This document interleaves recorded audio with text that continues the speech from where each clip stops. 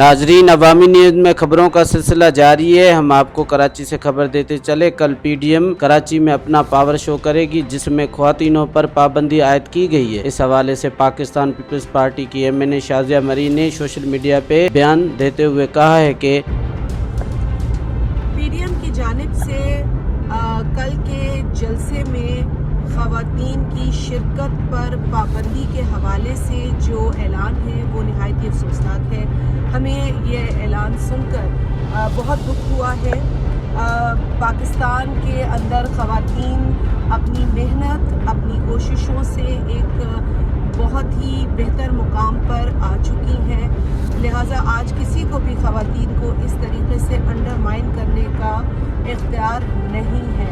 پاکستان کے اندر جمہوریت کی جدوجہد اور جمہوریت کے حصول کے لیے خواتین نے بڑا اہم کردار ادا کیا ہے۔ قائد اعظم محمد علی جناح سے لے کر محترمہ فاطمہ جناح، شہید ذوالفقار علی بھٹو، بیگم نصرت بھٹو صاحبہ، شہید محترمہ بے نظیر بھٹو اور ایسی کئی شخصیات ہیں، اسما جہانگیر صاحبہ۔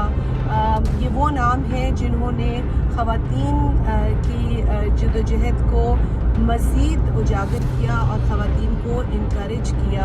پاکستان کے آئین میں بھی خواتین کو انکریج کرنے کی بات کی گئی ہے، اس کی بھی شک موجود ہے۔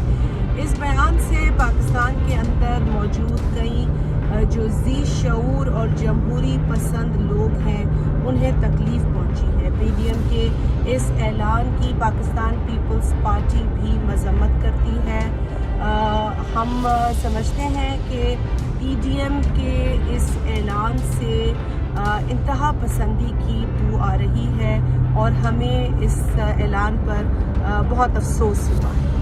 مزید خبروں اور تفصیلات کے لیے وزٹ کریں ہماری ویب سائٹ www.awamiNewsHD.com۔